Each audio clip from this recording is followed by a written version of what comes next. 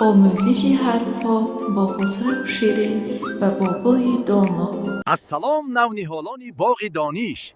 امروز ما با حرف قوی ق شناس می شویم خسرو جان، آیا میدانی که ما با چی رسم میکشیم؟ و می نویسیم. البته با قلم. قلم؟ بابا جان نگاه کنید، این قلفینه شیرین هم با حرف ق است. بله دختر جانم، قلفینه هم با لذت است و هم به سلامتی فایده دارد. این لباس ملی ما قبا نام دارد. برای دوختن آن از قیچی استفاده میبرند. چقدر زیبا، چقدر زیبا. هر دوی این کلمه ها با حرف ق سر می شوند.